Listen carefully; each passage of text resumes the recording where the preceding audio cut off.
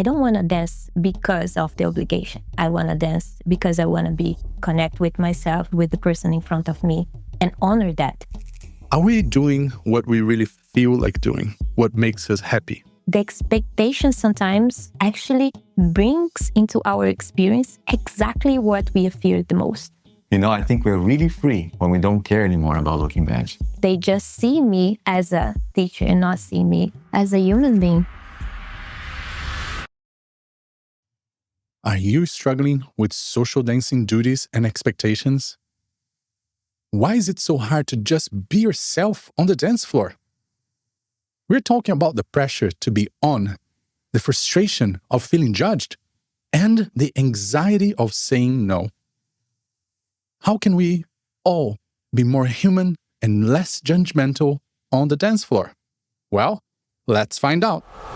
Hello everyone, and welcome back to ZoukNerds. In this episode, we are diving into the emotional side of social dancing, where the desire to be accepted often conflicts with our true feelings. We'll share our insights on why being vulnerable and authentic, rather than performing a certain role, is the best path to a fulfilling social dancing life. It's a conversation about increasing self-awareness, honoring personal boundaries, and building a more supportive community. So, let's go!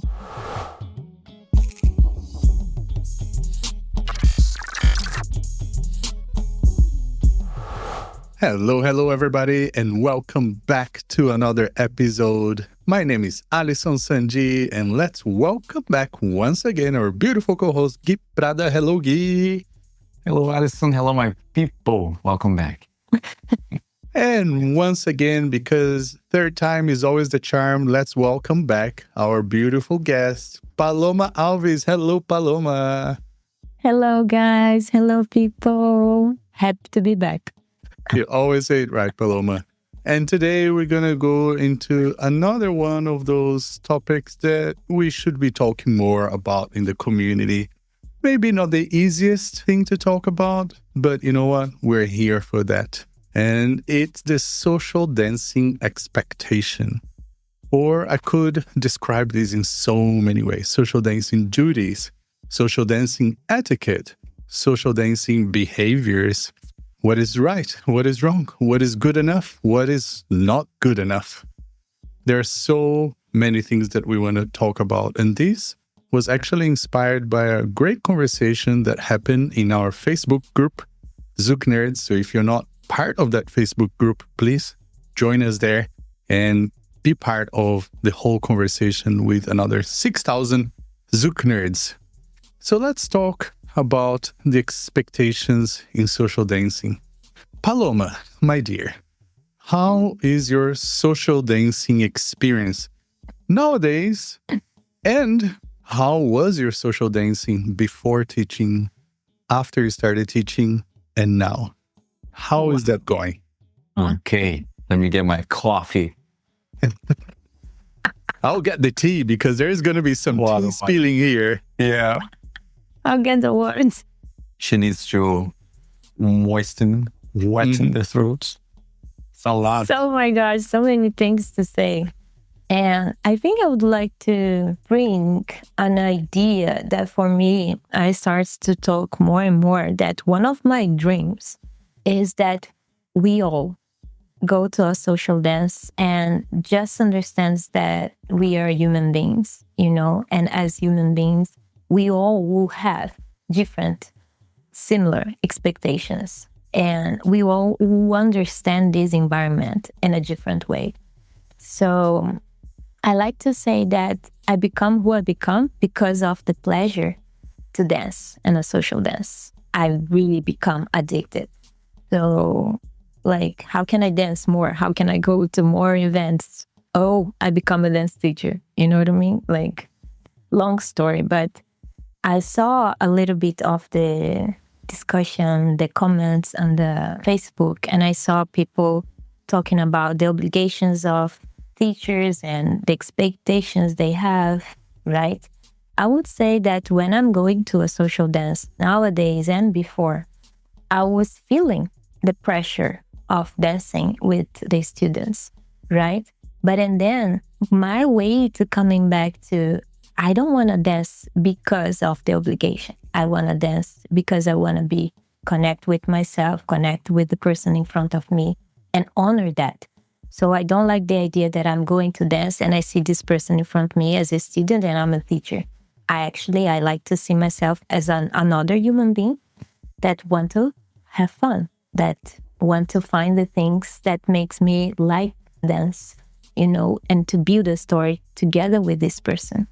And I like to put aside, this label, I'm a teacher, and actually go as a person, And I love when the person is in front of me and see me also as a human being and know, oh, I'm going to dance with Paloma Alves. And I don't know the idea they have about me. But I know that we cannot cancel that, right? So one of the issues or the problems that I had at the beginning of my dance journey is because, let's say, my identity, I see myself as a shy person, introverted. So I was not smiling so much. I was very perfectionist, so much more connect with the idea that I need to do this thing right. And by hearing people, I understand many of them thought that, oh, she didn't like dance with me. She didn't look at me at once. She didn't smile, And I was like, wow, Jesus, but I had such amazing dance. But I was more, inside of my head. Slowly, I understand more about and hear more about expectation of other people, understand that sometimes they get nervous by dancing with a teacher. So I was changing my behavior because I want to become a person that feels more comfortable with, I don't need to do things right, even that I'm a teacher. I actually can be more engaged with the connection that I want to build with this person. And then slowly I was looking more into the other person's eyes. I was smiling more. I was less focused in other things, that I started to understand that maybe compromise. But I also don't want to engage with the idea that I'm just there dancing to and thinking about what this person will think about me. I think this will already compromise the moment that we are building together. And I believe those expectations can have with the teachers, with another student. My point is, we can see more this experience as a sacred moment, as an opportunity for us to go out of the judgment. Because even that I change and I'm like looking more into someone's eyes, sometimes I don't receive that back. Sometimes the leader is looking around. Sometimes they are in their heads. And then if I assume that, oh, they are not paying attention on me, or they are just using my body, these will compromise my experience with this person. So I like, what we have, that's what I'm offering right now for this person. And that person is offering what they can at this moment. And all of those things for me are the things that slowly, it helped me to understand that sometimes we are asking for things that we are not even offering. So it's not because this person is not looking back at me that I would like so, and then I will not look at them. This will affect my energy. This probably will affect the energy that I'm going to dance with other person. The expectation sometimes actually brings into our experience exactly what we fear the most, because we are so engaged with the result that we expect. You know what I mean? I think I get a little bit more, let's say, being more clear about the phases and a short version of that. I had the moment in my dance journey, no one wants to dance with me, and had this one guy that was part of the team of the dance school that I was learning. And then he helps me so much. He was the only one that really invited me to dance. No one was inviting me to dance. And then I started to dance more with people, but still I had so many moments that I was like sitting there waiting. I was upset. I was like, oh, I'm still not good enough, or people really want to dance with me. Had moments that someone danced one song with me and say like, thank, and go away, But I would say that if I'm trying to get really there back in the days, I was, so addicted that I was just waiting so much for the next dance, Yeah. I didn't remember being so much stuck on the phase of suffering because I was asking. Yeah, this is other thing that nowadays I can hear people like, oh, but people doesn't ask me to dance. And then I ask them, did you ask them to dance? Oh, I'm afraid of their no. But and then I say like, okay. So imagine that you already have the no. And then you go for the yes. And sometimes we even can start the yes with a conversation with someone that is also waiting for the dance. Anyway, back to the story. And then for 3 years, I was studying, and then I started my dance partnership, and then everything starts very quickly. I was on, let's say, on the game. And my social dance was a huge lab for me to training my dance. So I was dancing with everyone because I wanted to get to know my capacity to adapt, So I was not choosing so much to dance just with teachers at this moment, but actually dancing with everyone. I also, back in the day, I understand how much students wants to dance with the teacher. So I understand that it was also part of what I'm doing. Is that if I'm here teaching these people, I really wanted to connect with them to understand what I can bring for them at the class. So I use social dance as a lab. I use social dance because source of pleasure, for sure. Addicted, and still addicted. I use dancing for source to get inspired by the things that I wanted to teach. So I was using social dance for so many reasons. I even say that because my career starts so quickly back in the days that we didn't stop much to train our social dance. I remember that we stopped more to train performance, but not to create new movements. We was building all of the things that we are teaching on our social dance, both me and Max dance partner, William. So, yeah. And nowadays, I would not say that this changed so much, but I can tell that people are talking more. And that's a good point, I believe, that we are bringing more, let's say, things like, oh, it's wrong if someone dance 1 hour, 2 hours, and then don't dance with others. It's wrong if a teacher dance 1 hour. And then, yes, if I'm going to an event and that's my opinion, guys. Okay, that's my opinion. Freedom to say, I will probably not dance a social like with 2-3 people the whole night, right? Like, because I understand that, yes, how it's my participation in this environment, how I want to nourish it. And when I say how I want to nourish it, it's not in the professional side of this idea, but as like, I love the community. I love that this community exists and that I can do the things that I do, not just teaching, but I have the opportunity to dance with different people. So I believe that is part of, let's say, I would not say responsibility, but I would say more like, as a human being, if I want to be part of a group, how is the part of I really like engage with the idea, how I affect this group, right? So, and then when I see that has many followers and more than leaders, I go and lead too. I feel like, oh, let me, help the balance here. Or, yes, I would love to have, like, I started to dance with someone, I felt the connection, and like after 5 songs, I like, it's still going. The music is amazing.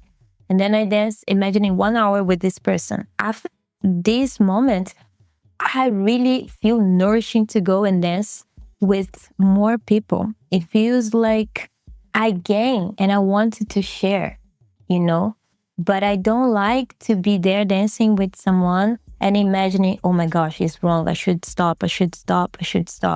This already took me out of the presence, So it's so big. I want to say so many things, guys, about that. But for me, it really matters to me when I know it's such a natural thing about being a human being that we judge. We go, we watch, we see things, and we wanted to understand, oh, this is wrong, or the teacher is just dancing with them. or I don't know, this person, of course, they would not be invited if they are like this. We don't know what's happening with someone, if they are sad, if they are tired. So many things. You know what I mean? Like I heard someone said, oh, they danced just 2 songs with me and then they left. Of course, I would not ask them again to dance. And then I get stuck in my head, oh my gosh, I cannot dance 2 songs with someone because they're going to think that I didn't like. But sometimes the song changes. Sometimes I already have been danced for a while and then I want to go to the bathroom. And then we needed to start to just giving explanations for everyone. Like, I'm stopping now because I really need, I don't know. I get excited. Yeah. No, it's very true. That's why I said at the beginning, we're going to spill some teas here because it is something that is a social dancing frustration that at first we're talking about from a teacher's point of view. But I think the real focus here is to talk about social dancing as an experience for everybody, because I don't think that only teachers have those anxieties of how to behave and what to do and what not to do. Gui spoke about this student a couple of episodes ago who came to him and said, hey, I noticed that people are doing this in the social. Is that normal? Should I do that too? I noticed that people do this in the social. Is that what I'm supposed to do as well? Should I do that too? And it's the social anxiety by copying, watching, and doing what other people do. But then, are we doing what we really feel like doing? Are we really doing what makes us happy? Are we allowing ourselves to be ourselves in that moment? Or are we putting ourselves into, I am the dancer person right now, and I behave a certain way, I speak a certain way, and I move a certain way? That's a problem that I've said this a million times. For about 10 years of my professional life, I was completely disconnected from the person and from the emotions. And don't do that, please. Don't do that. That's not what I would recommend or encourage anybody in the community. And if I ever see that with the people around me, I'll make sure to go and have a conversation with them and ask them, how is their experience going, and reassure them that just being themselves is actually the best path. Of course, disclaimer, there are certain behaviors and things in the community that we don't welcome. So in that case, I don't welcome, but I'm talking about behaviors that are not unpleasant or crossing anybody's boundaries. I think it's this alignment, right, of understanding our needs and feelings and boundaries, and the nurturing of the community, which is something really important, because during the pandemic, I think a lot of people realized that they have in their pods, that they're happy in the pods. I have these 8 people here. They're amazing dancers. I really like to dance with them, and I can just stay with these 8 people, So they realize, like, this is enough for me. When we go back into the wild and the wide, to the jungle, to the dance world, I think we do have a role in sort of preserving the culture, in the sense of preserving partner dance, preserving social dance. And I do think we have a responsibility, and responsibility not in the, and again, like comparing and inspiration. I think the word responsibility carry a heavy negative connotation. It can carry that connotation, and it's like something that you have to do. It's an obligation. A responsibility is almost like an obligation. And I think the responsibility comes as a participant of the community. The mere fact that we are there and we dance with 5, 6 people, we are participating in the upkeep and the growth of the community. So it is important, I think, that we do that. We see this with, for example, with languages that are dying, with other art forms that are dying. There are these people that miss these dances, they miss this language, and they wanted to preserve it. So they feel a responsibility to keep going by simply speaking the language or dancing the dance, And for us, we are not at risk of having the dance die, but we are all seeking for the dance to grow. We are all seeking for the numbers to increase of dancers. To welcome new dancers. So it's less responsibility on the shoulders of fewer people, in the sense of who spearheads the growth of the community, as social dancer, and a social dancer that was first hardcore, just a social dancer, and then became a teacher. I do feel the obligation thing creeping in from time to time. The thing is, I was able to have two modes, teacher mode and social dance mode. After I take the shower and I go to the social, if my battery is full, and that's important, if the battery is full, social dance mode. Because I don't know if that happened to you, but it happens to me, probably to you, Alison. After sometimes with dance people in the social, they ask, do you have any feedback for me? Yeah. Do you have any feedback for me? And I always say, no, I'm in dance mode now. I'm not in assessment mode. And then sometimes that person, I get a request for a private from somebody I danced with in the social, and then the person says, oh, you danced with me yesterday, so you have an idea. And like, no, I don't. I need to dance with you again with teacher mode engaged, because when I'm in social dancing mode, I'm not making judgment calls of a technique.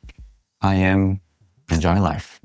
It's a very interesting thing. I mean, talking very personally about how I operate in this sense. But I have a question, Marianne, because we have traveled and we have been to socials in which by the end of the social, I saw you very frustrated and very sad. There are a couple of socials that I would find Paloma sitting on a bench like, Oh. not always. No, not always. I said a couple. It was literally probably a couple, like two of them. Yeah. In all the trips that we did, maybe one or two, that I saw that frustration and I felt that frustration too.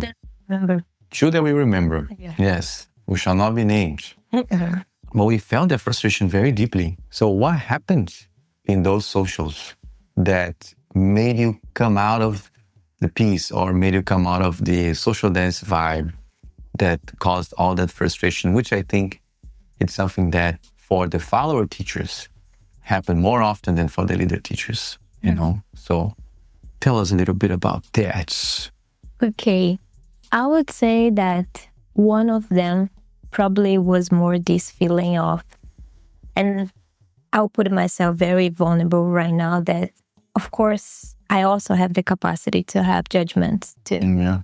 So, and then the person maybe comes with the excitement to dance with me as a teacher and like check the movements that they learn, these 15 movements, I don't know, and try them all at once in one dance. Probably my expectation or my need is like, hey, let's start the conversation, First, hi, how are you? What's your name? When I'm saying conversation, I'm saying movement-wise.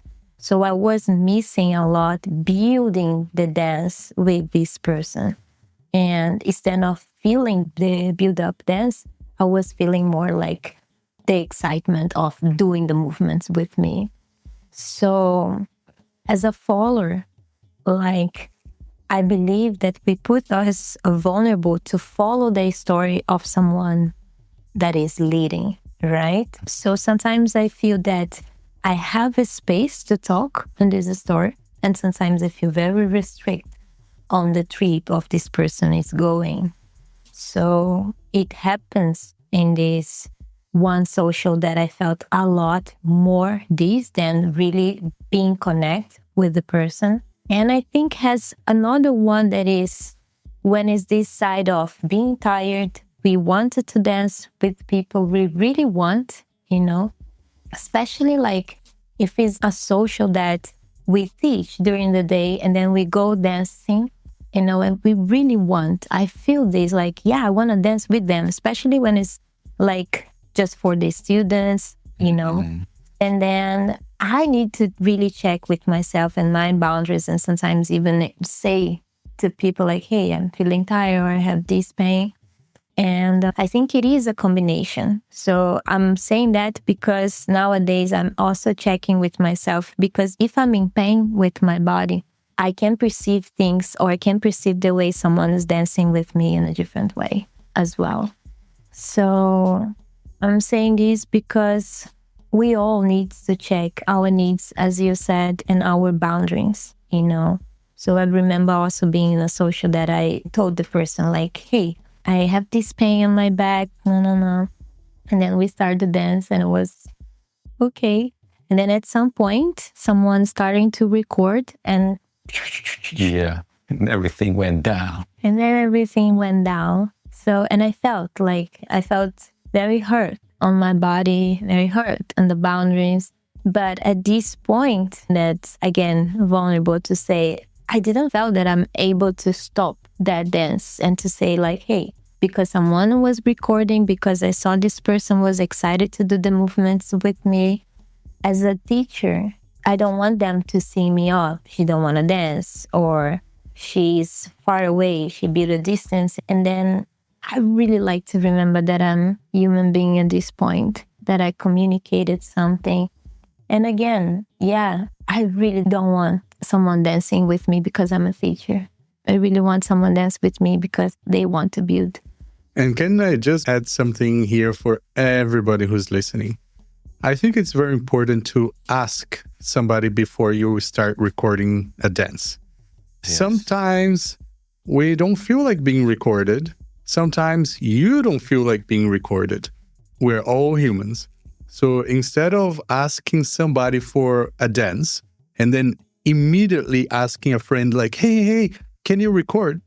Just last weekend, this happened. And I feel like, hi, I'm 50% of the people in that video. Does it matter?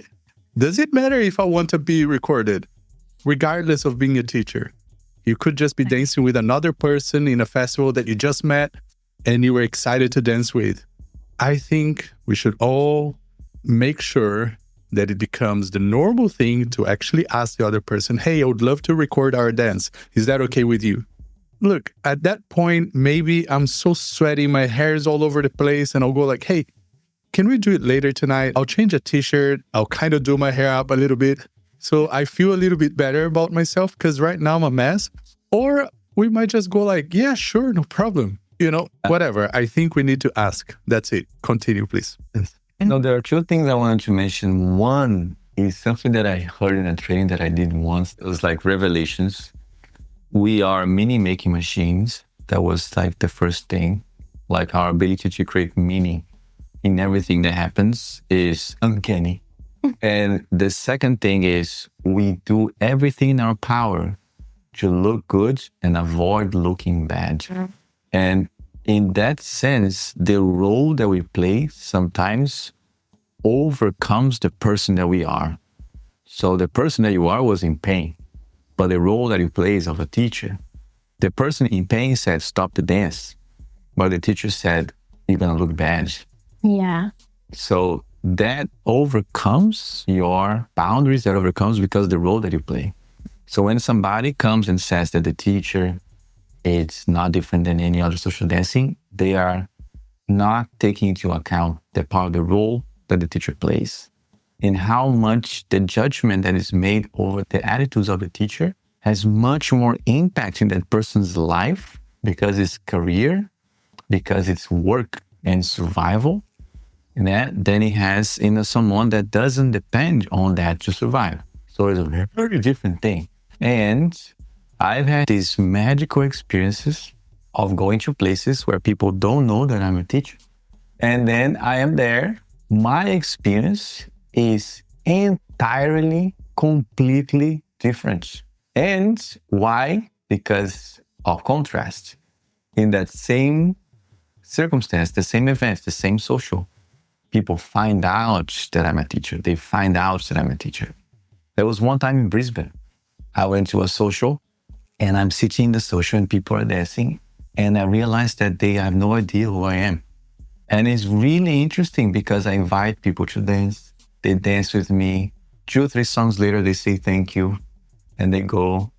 And I sit for a while. And then this person comes, dance with me. Oh, how are you? What's your name? Oh, my name is Gui. I'm from Brazil. And I say my full name, Guilherme. I'm from Brazil, pa. And then the organizer gets the microphone. We have a special guest tonight. Gui is here from Brazil, visiting us, that person over there. And everybody like meerkats, just look. And Completely different experience. Then after that, you have no peace. You have a whole line. No, didn't stop dance 1 second and then sit down 1 second. But I wanted to dance with people. It was a new community to me, and I'm always intrigued by new community and want to dance. I want to see how the dance that I learned in Brazil travel to Australia, how it's done in Australia. And then I had this other experience in Madrid. I went to the Madrid Comics, and several people there didn't know who I was. So I was in rotation taking Shandy's class. I was in rotation, high five change. Oh, what's your name? And all these things. And then someone told someone and pointed to me, and the person looked, and then cell phone and showing stuff. And then my experience started to change during the class. Wow. So it's so fascinating, the change, and the amount of attention that someone who teaches receives in the social is different. And how we behave changes as well. So the role kicked in. When I was in Brisbane, I was the social dancer. I was in my, I want to sit, I'll sit, The moment that somebody put the shirt of the role on me, I was like, God damn it. Now the role took over. I want to avoid looking bad, and I want to look good. Because, because that's the human programming. I think we're really free when we don't care anymore about looking bad, while respecting people's boundaries, while respecting the community, while respecting the group, which I think is important. Esther Perel, in one of her interviews, she said she's very fed up of this talk of self, because she thinks we also need to go to the other. By serving the other, you find peace and joy in the self. Yeah. So I think it's a lot what we do. We find this balance between the self and the other. And when we are vested with the role of the teacher, we are serving. We are really serving. And even though sometimes we are tired and everything, because of the role, we go to serve, And then the thing about when we vested in the role, how different it is, people are counting how many dances we danced, with who we danced. I had these crazy conversations with people. They knew I danced with in order. Really? Yeah. Oh, wow. And how many dances I had with each. And they were like, oh, I really admire you because you danced the same amount of songs with each person. And I was like, were you counting? I said, maybe. There was somebody in the Facebook group who actually didn't mention names, but I suspect was talking about Gui, because this person was commenting on the thread about should teachers be paid for social dancing. And this leader said that they would pay to not have Gui continuously dancing with the best dancers in the socials. Something like that. Oh, I saw that, which is like a flat-on lie. Because this person that commented on this, the last time we were together in a social, especially me and Alison, was probably 2021, 2022. So it has been around us in a long time, And we are very mindful about long dances, super mindful about long dances, because we know that people, and me as an organizer, when I was an organizer, I would also be sometimes inadvertently counting the amount of dances that the teacher that I hired is dancing without realizing that I'm doing. So I'm social dancing, look to the side, you're still dancing. Same person, still dancing, same person. And realizing that. So when you are vested with the role of the organizer, then you look at it differently too. So depending on which shirt you're wearing, your experience changes a lot. Changes a lot. Assumptions, expectations. I like the thing that you say about the role, because I noticed, and I think was from pandemic, that I started to lead more. And the feedback when I dance with a follower, like 2-3 songs, it's completely different than when I dance with a leader. When I'm really engaged to dance with more people. For example, the last workshop was a weekender that we have one social to dance with the students. A lot of followers, right?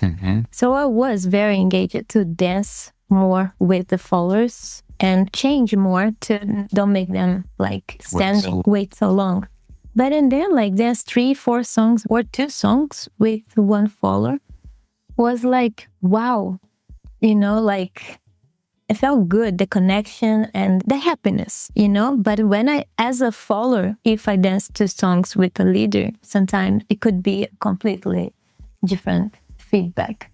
So this is one thing that I noticed recently in my experience as a social dancer. And I'm saying as a social dancer, I know we have the roles. I think the matter of amount of songs, they have been a thing forever. Because I still remember the first time I danced more than 2 songs with a teacher. And I was like, oh my gosh, she loves me. She wants to have my children. Yes. It was such a memorable thing, And the other thing that I think in my formation years, my training years as a social dancer, I realized that after a certain point, my teachers would come to dance with me because of the chill, the basics, and the embrace and stuff like that. So it was because of my teachers, my follower teachers, that I started realizing these things of, oh, one more song. Oh, they're really happy. One more song. And then you get used to, I think. So when you dance the last song, you feel like, oh, something happened. They don't like me. So I don't almost like automatic thinking, which I think you mentioned really well about this topic. That can be so many reasons. There is a movie about Joan of Arc. There's a movie about her. And there's this really interesting scene that she finds a sword in the grass, in the field. And she thinks the sword was sent by God. She's like, so God sent me this sword. And then she's having this conversation with this guy. And this guy is like, there might be a lot of reasons why this sword is here. And then it shows several reasons why a guy walking and then just throwing the sword. And then show another one, people fighting. And then the guy, and then the sword falls. And then it shows like several different possibilities. And then he says, but the one you thought about was this one. And then, and the sword coming down from the sky. And that is like, man, that's how humans are. We're like, oh, there's 2 songs. Probably she doesn't like me at all, but could be so many different things. Yeah, but I actually like talking about this, I just realized if we are engaged to dance with more people and then we are doing the role, and I would say like as a teacher or as a social dance, oh, this person is nice, dance with everyone. Probably one of the person that dance just 2 songs, we're going to say, oh, the person doesn't like to dance with me, because we always are open to receive the judgments. Yes, that's true. Yeah, the organizer, like the person in the role, the organizer, like, very good. Very good one. Bolsista. And the person who does, only 2. God damn it. I'm like, we cannot please anybody. We cannot please anybody. We try so hard. I like to say, like, I really, and this would be me understanding my role as a teacher. Because it's like, oh, so and then you don't like when people want to dance with you? Of course not. It's not about that. I'm just afraid of if I don't accomplish or I don't deliver their expectations, they just see me as a teacher and not see me as a human being, They are also vesting with the role too. And that's the thing. Like, we are operating in interesting and intense assumptions of what one like and one doesn't like. There's like, oh, it's obligation. It doesn't want to dance. It's here because it has to. So you're making all these assumptions because you vested that person with that role. But not only that, while you're vesting with the role, you vest with a lot of expectations towards how that person has to behave, So at the same time that you ask them to be like a normal social dancer, you don't see them as a normal social dancer, And that, I think, is where the paradox is. And the thing that I want to say, like, in this idea of roles, and it's still on my mind that we go into the dance floor and like no labels, no levels. Sometimes someone come and say like, oh, I'm a beginner. And then I say, me too. Yes. And I really want to be always a beginner, Yes. I know I'm not, but like I am. I'm a beginner, and sometimes my body is not there. And I feel like I need a process to like breathe, find my feet, my legs, and but this moment that I start to dance, sometimes I feel like, oh my gosh, what's going on? I don't know nothing right now, So yeah, just this dream that we have no levels, No labels, no rules. I use that as an icebreaker, actually, because I know that when the person has the courage to ask somebody that they look up to, such as a teacher, and then they come and already say, hey, I'm a beginner. It's almost as if they're asking for permission to dance with the teacher because they're beginner, or even worse, they're already apologizing for being a beginner. And at that moment, I break out a laugh, smile, and I'm like, oh my God, me too. I just started Zouk. And then, of course, laugh, laugh, laugh, and we have a better dance. I think it's nice to also understand how to make it better for the other person. So if you see that somebody is not feeling great, try to do something to cheer them up. It could be asking them for a dance. It could be actually just having a conversation with them. A lot of the times in social, when I'm tired or when I'm in pain, I just go out and sit with people and I have a conversation with them. That sometimes turns into a dance, maybe if I'm feeling better or if the music calls for it or if the conversation leads up to it. But sometimes it's just that conversation. And then both of us walk away, or somebody comes and invites them for a dance and they walk away, or something like that. So the conversation aspect of the community should also be encouraged, not just the dancing, because I think we want to be a part of the community. And I always tell this to all the teachers that I hire for my events. I say, guys, I don't want you to feel like you have to dance at any point. I want you to feel like you want to dance, and you're going to dance whenever you want to dance. If you don't want to dance, feel free to stay on the dance floor if you want to and talk to people, or just sit there, not talk to anybody and just watch. Because I think that when you dance from the moment that you actually want to dance, instead of like, if I'm dancing, I'm on the dance floor. If I'm not dancing, I have to hide. I have to go to the teacher's room, or I have to go back to the hotel or something. Then it becomes more of a task and a job. I love to just sit and watch people dancing. This is something that I've always loved from day one. And I don't see a problem when other teachers like to do that. Or when teachers are, instead of dancing, they're socializing. Like there are teachers that we know, for example, this teacher, and here at ZoukNerds, we mention names when we're praising them. So I'm going to say Renato Ramalho. That guy is what we call in Brazil, he's like a mayor. He knows everybody, he pleases everybody, he connects everybody, he creates group chats and things and he dances. So his community presence and contribution is not just when he's dancing, it's any time. So I think that's something that we should encourage as student dancers, teacher dancers, organizer dancers, and everybody in the community, because in the end of the day, we cannot please everybody, and we need to be looking after ourselves so then we can show up and be present and deliver from the inside, not just from the teacher vest or the teacher hat.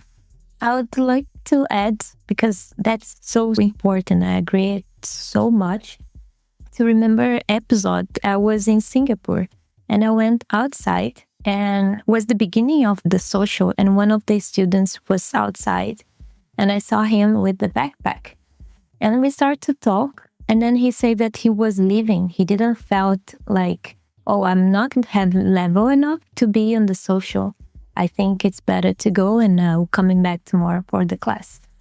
We started to have a conversation, and then I convinced him to coming back to the social. We had a dance, and I was watching him, and then he danced with other people. Next day, we talked, and then he said oh, thank you so much for convincing me to stay. And it could be me, could be other person. This conversation, it can help so much your friend, or maybe a teacher. Oh, you're in pain, but maybe you can stay here and talk and socialize.